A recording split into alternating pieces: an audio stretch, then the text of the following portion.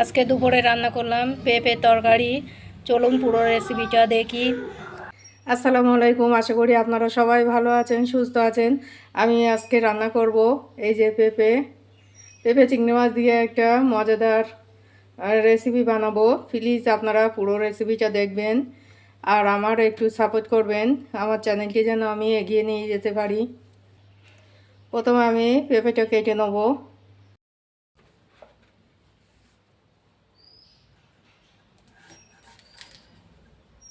পেঁপের মুখের কাছে আটা থাকে,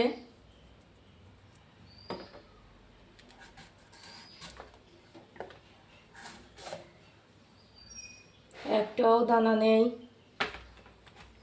এই চামচ দিয়ে ভিতরটা ভালো করে পরিষ্কার করে নেব।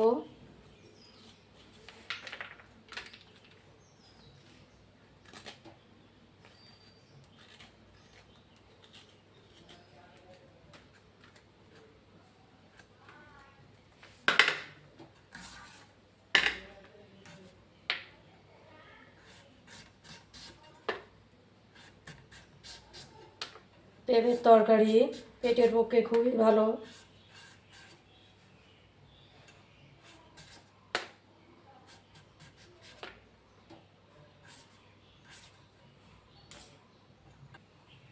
সবগুলো এই সাইজ করে কেটে নেব। তো আমার বন্ধুরা, আমার জামাইয়ের প্রচণ্ড শরীর খারাপ, তা তোমরা সবাই দোয়া করো যেন আমার জামাই তাড়াতাড়ি সুস্থ হয়ে যায়।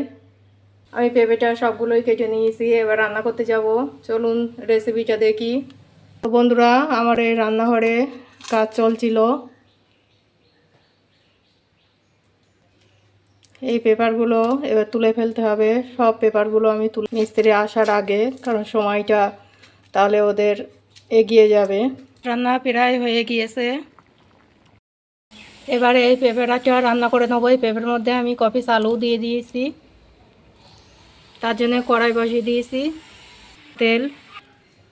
কড়াই তেল দিয়ে দিয়েছি। এবার দিয়ে দেবো পেঁয়াজটা লাল করে ভেজে নেবো। পেঁয়াজটা লাল করে ভেজে নিই। কেটে ধুয়ে রাখা পেঁপে আলু দিয়ে দেবো।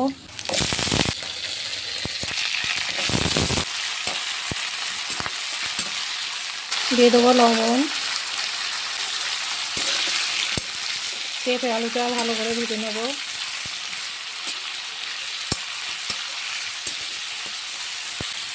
পেঁপে আলুটা আমি ভালো করে ভেজে নিয়েছি। একটু আদা রসুন বাটা,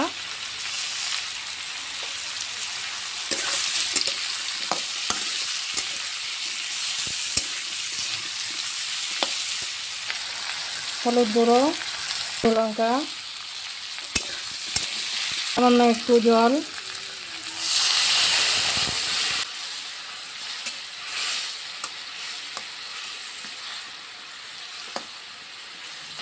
ঢাকনি দিয়ে আলু পেঁপেটা ভালো করে গলিয়ে নেব।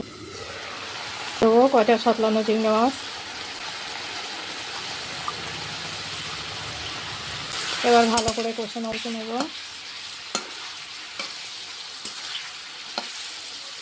আমি খুব ভালো করে কষে নিয়েছি। আর ঝোলের জল দিয়ে দেবো, দিয়ে ঝোলটা কমিয়ে নেব।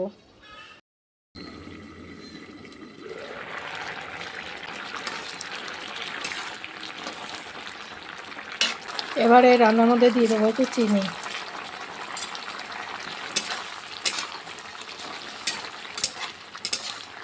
পেঁপে রান্নাটা হয়ে গিয়েছে, এবার নামিয়ে নেব। আমার পেঁপে রান্নাটা যদি আপনাদের ভালো লেগে থাকে প্লিজ একটা লাইক দেবেন।